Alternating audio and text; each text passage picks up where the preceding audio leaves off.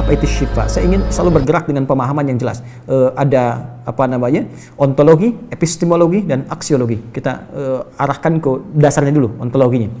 Quran surah ke-17 Al-Isra, ya, di ayat yang ke-82, Allah memberikan statement tentang syifa di situ. Ya, paling kiri agak ke tengah sedikit. Wa nunazzilu minal Qur'ani ma huwa syifaa'un wa rahmatul lil mu'minin wa la yazidudz zalimina illa khasara. Wa nunazzilu minal Qur'an, dan kami turunkan dari ayat-ayat Quran itu, minnya tab'id, menunjuk pada sebagian. Jadi nanti ayat Quran itu punya banyak keutamaan. Setiap ayatnya itu keutamaan pedomannya ke A, keistimewaannya bisa A, nanti yang lain bisa B, bisa C. Ada terkait dengan penyakit, ada terkait dengan kesuksesan, ada terkait dengan karir, dengan macam-macam. Ya, itu bimbingan yang kompleks dan sangat luas. Nah, ada sebagian ayat Quran itu yang ayatnya memberi petunjuk langsung berfungsi sebagai syifa. Ya. Wa rahmatul lil mu'minin, ada ayat lain berfungsi sebagai rahmat. Tapi ingat, lil mu'minin, bagi orang-orang yang yakin, tanpa ragu. Jadi kalau kita ingin berinteraksi dengan Al-Quran, kaidah pertamanya jangan pernah ragu. Ya, Quran surah kedua ayat 2, dzalikal kitabu la raiba fi. Semua isi Al-Quran akan jadi petunjuk hudan lil muttaqin, bagi orang takwa, syaratnya la raiba fi. Jangan ragukan sedikit pun. Anda ragu, Anda tidak mendapat manfaatnya. Oke, sekarang kita kembali. Apa itu syifa? Syifa sering diterjemahkan dengan obat. Ya, penawar. Syifa sesungguhnya punya arti yang lebih luas. Ya, obat itu di dalam Al-Quran, bahasa diksi Al-Quran, juga hadis, bahkan standar bahasa Arab biasa, itu setidaknya punya dua, ya, diksi dari dua kasus yang terjadi. Ya.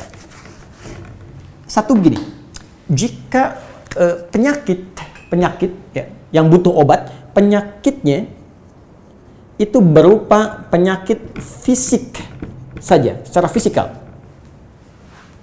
Misal, saya katakan misalnya sakit gigi, fisik ya, fisik saya yang kena. Kemudian sakit perut, sakit kepala. Itu penyakitnya disebut dengan daun. Daun. Oke? Penawarnya, obatnya disebut dengan dawaun. Ini. Baik kan? Ya. Karena itu ada kalimat begini yang disandarkan pada Nabi SAW, likulli da'in dawaun. Di setiap penyakit fisik itu mesti punya keyakinan pasti ada obatnya. Jelas ya? Nah, yang kedua, ada jenis penyakit terkait dengan fisik juga, tapi sudah melewati batas-batas dawa. Jadi ini menggunakan obat medis standar, ya, ini susah. Bahkan sebagian mengatakan, dokter mengatakan, wah ini nggak bisa nih, udah give up gitu kan? It's impossible, ini nggak mungkin, ya. Jadi sudah give up di sini, ini udah nggak memungkinkan. Nah. Atau yang kedua, penyakitnya tidak terkait dengan fisik secara langsung, tapi ada yang terkait dengan aspek-aspek psikal, ya. Secara psikologis, penyakit hati, iri hati, dengki, dan dendam, dan itu juga berpengaruh kepada fisik, tapi sudah melampaui batas fisik. Orang iri hati kan fisiknya terganggu, kayak enak makan, kan? Ya, pusing, tidur, bahkan tidur pun masih nggak enak, ngigonya juga masih dengki juga, gara-gara kamu nih tidur, masih keluar kalimat itu, ya, nggak enak kan? Dan nggak mungkin berobat mencari dawa, nggak mungkin. Ya, silahkan cek ke rumah sakit, ada poli dendam, poli iri hati, nggak mungkin. Ya, yang ada poli gigi, poli mata, kan? Ya, poli iri hati, poli dendam, nggak ada, poligami nggak ada di rumah sakit. Anda nggak mungkin menemukan itu. Ya, nah, maka penyakit yang lebih lekat kepada aspek non fisik itu seringkali diistilahkan oleh Al-Quran dengan kata marad namanya, maradun. Ya, penyakit hati. Karena itu ketika Allah menyifati orang munafik yang hatinya bermasalah, Allah tidak menyebutkan kata daun, tapi menyebutkan kata marad.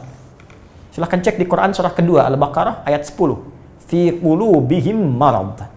Ya, di dalam hati mereka ada penyakit. Hati yang di sini bukan hati fisik ya. Ya, tapi sumber kehidupan kita yang ditetapkan oleh roh. Nanti ketika fisik itu mulai sempurna selama 4 bulan jadi mudghah.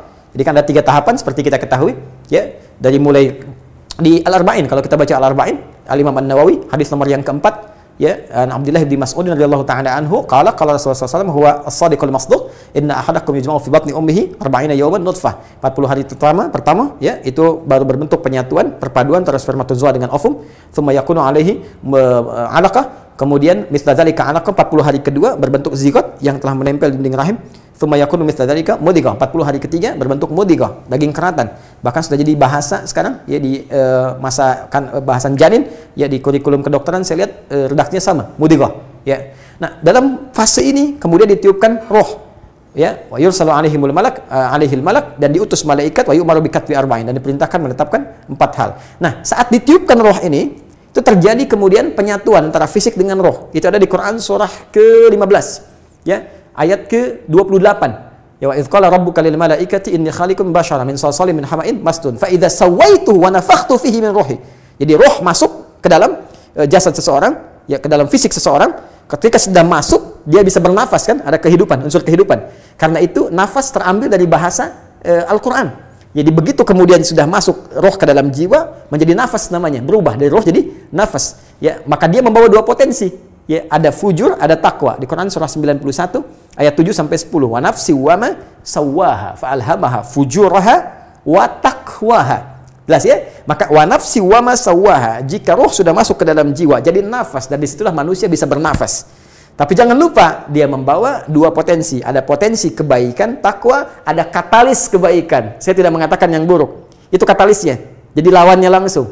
Yaitu jujur, lawannya dusta. Ya, marah lawannya sabar. Yang sabar itu takwa, jujur itu takwa. Yang marah, yang sombong, yang bohong, itu namanya fujur, itu katalisnya. Di Allah menciptakan sifat marah bukan ingin membuat Anda pemarah, tapi ingin kemudian memacu supaya yang sabarnya muncul. Sebab kalau nggak ada marah, bagaimana bisa ada sabar? Itu cara membacanya. Nah, di sini terjadi pergolakan. Ya. Apa kaitannya dengan ini? Orang-orang yang tidak bisa mengendalikan sifat takwanya dan tidak menjadikan sifat fujurnya sebagai katalis, tapi diikuti menjadi dominan, maka jadi penyakit di hatinya. Itu yang disebutkan dengan marad namanya. Ya, itulah yang memunculkan penyakit ria, pamer, gitu kan? Sum'ah, ingin didengar orang, sombong turunannya, ya, kemudian dendam dan sebagainya. Ini marad. Marad ini dan penyakit yang sudah melewati batas fisik, kalaupun terkait dengan fisik, nggak ada obatnya dari dawa. Yang ada hanya syifa. Syifa. Maka jika ada orang tertentu yang terkena penyakit fisik yang sudah di luar batas dawa, yang medis misalnya udah nggak bisa nih, ini nggak mungkin, maka beralihlah dari dawa ke syifa. Ini yang pernah dilakukan oleh Nabi Ayyub alaihissalam. Ketika diuji dengan penyakit, Allah contohkan langsung supaya kita bisa meniru. Bukankah ayat ini turun ketika Nabi diuji dengan penyakit? Ya, supaya memohon kepada Allah. Jadi kan Nabi Ayub kan divonis dengan penyakit yang tidak pernah diderita oleh orang sebelum beliau, tidak akan dirasakan oleh orang setelahnya. Yang paling menarik apa yang dilakukan? Ketika semua mengatakan nggak mungkin, lalu turun kemudian gambaran dari Allah. Quran surah ke-21 ayat 83 sampai 84. Wa ayyuba, pakai fathah loh, bukan dhamma, bukan kasrah. Ya, fathah itu menunjukkan sesuatu di masa lalu untuk dibuka bagi orang di masa depan. Ya, fathah itu dibuka. Itu ilmu lughahnya. Saya spesialisasi di bahasa Arab. Jadi di antara makna itu fathah, kenapa ada fathah, ada dhamma, ada kasrah, itu ada maknanya. Wa ayyuba, dan kami buka kisah Ayub di masa lalu sebagai inspirasi untuk orang di masa depan. Idnada rabbahu anni masanni yadhurru wa anta arhamur rahimin. Ketika beliau mulai meninggalkan opini manusia dan mulai kembali kepada Allah dengan sangat kuat untuk spesifik memohon kesembuhannya. Ya Allah, penyakit ini sudah mengganggu saya. Untuk ibadah, itu poinnya. Untuk ibadah. Jadi ternyata kalau ingin disembuhkan dengan cepat, arahkan kesembuhan itu untuk niat kita beribadah. Kalau cuma pengen sembuh saja, jangankan Anda yang belum beriman pun kalau sakit pengen sembuh. Terus Anda tujuannya apa dari kesembuhan itu? Kalau cuma pengen minta dunia, apa dengan sakit belum cukup menjadikan Anda ingat Allah? Maka arahkan permohonan itu untuk kesembuhan supaya punya niat ibadah. Ya Allah, saya pengen sholat lagi. Ya Allah, saya pengen ke masjid lagi, pengen tahajud lagi. Mohon ya Allah, penyakit ini sudah mengganggu saya tahajud, saya pengen sholat lagi. Wa anta arhamur rahimin, sedangkan Engkau yang paling sayang kepada saya. Kalau yang Maha Penyayang saja tidak menyembuhkan saya, kepada siapa lagi saya mesti memohon? Nah, tahu apa yang terjadi? Begitu kalimat itu muncul dengan penuh kekuatan, keyakinan, visi yang benar, memanggil Allah dengan panggilan yang sangat halus, lembut, ya, terasa ke dalam jiwa, maka jawabannya tidak menunggu lama. Fastajabna lahu fakashafna ma bi min dhurrin wa atainahu ahlahu mithlahu ma'ahum rahmatan min indina wa dzikra lil 'abidin. Lihat ujung ayatnya. Kami langsung sembuhkan penyakitnya. Kami singkapkan semua rasa sakitnya. Kami kembalikan semua yang dia rasakan rugi. Biaya obatnya diganti dengan rezeki yang lain. Kesulitannya dihilangkan, datangkan dengan yang lebih baik. Dan yang paling dahsyat, lihat ujung ayatnya. Wa dzikra lil abidin. Kami jadikan inspirasi, pengingat bagi hamba-hamba Allah yang soleh. Yang diuji dengan penyakit yang serupa, maka amalkan amalan Ayub untuk mencari syifa.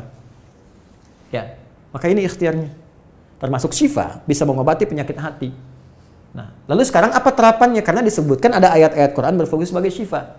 Ya, ini yang digunakan sebagai zikir diantaranya. Apa itu? Tadi saya sampaikan Al-Fatihah. Ya, itu lengkap. Al-Fatihah itu disebut syafiyah. Surah syafiyah, surat penyembuh. Silahkan Anda buka semua kitab tafsir. Di antara fadilah surah Al-Fatihah, kisah pertamanya adalah kisah seorang kepala suku di Arab yang digigit kalajengking.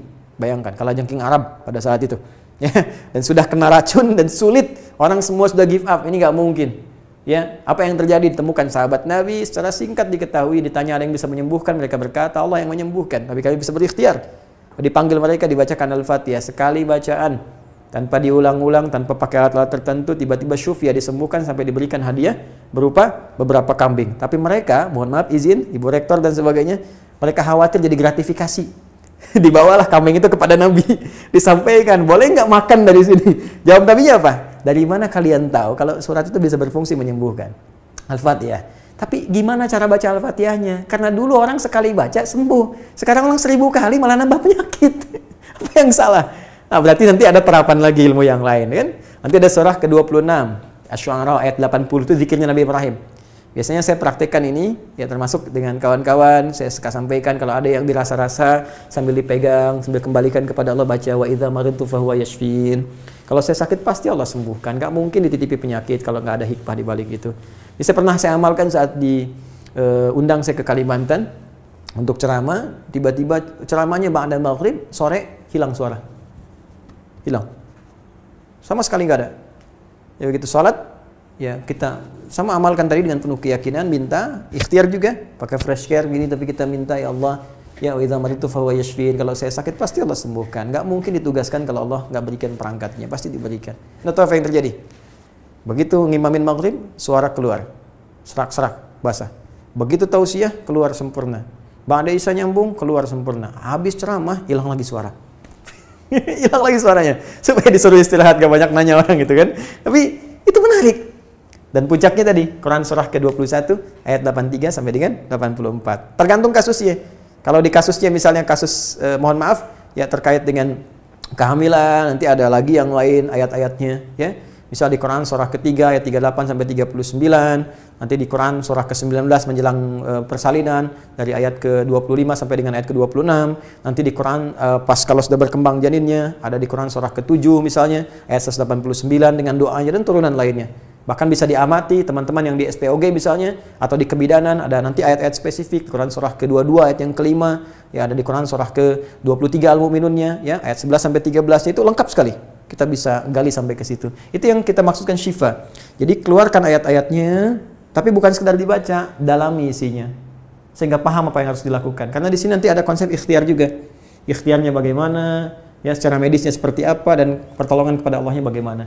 Terakhir Nabi pernah datangi seseorang, dia minta disembuhkan. Ya Allah, ya Rasulullah, si fulan sakit, tolong sembuhkan. Kata Nabi, idzhab ila tabib, pergi ke dokter. Kata orang ini, Anda kan Nabi, tinggal berdoa disembuhkan. Jawab Nabi sangat elegan. Pertanyaan orang ini bagus, Anda Nabi, berdoa dikabulkan, pasti. Tapi jawab Nabi sungguh elegan. Kata Nabi, kesembuhan itu dititipkan di tangan para dokter. Jadi Nabi ingin memberikan satu isyarat, Anda tetap ikhtiar. Karena tidak selamanya Nabi akan hidup. Ya, karena itu dokter-dokter mesti belajar. Saya mendambakan dokter-dokter yang bisa belajar dari Quran juga. Saya mengharapkan nanti ada dokter mata yang hafal, ya, misalnya ayat-ayat tentang doa, ayat tentang mata, ya, riset tentang ayat-ayat mata, hadis-hadisnya apa, sehingga Anda bisa menerapkan resep-resep yang indah. Ya, waduh, kenapa nih dok, mata saya nih nggak bisa dikontrol nih, sakit. Kenapa? Saya kalau ngelihat tetangga beli kulkas sakit, kan nggak bisa dikasih obat tuh ya. Anda bisa kasih resep, Quran surat sekian, ayat sekian, ayat sekian. Nah, itu yang banyak kejadian sekarang. Ya, orang matanya sehat, tapi tidak bisa membedakan mana milik dia, mana milik orang lain. Demikian juga dengan yang lainnya. Itulah syifa. Wallahu ta'ala a'lam bishawab.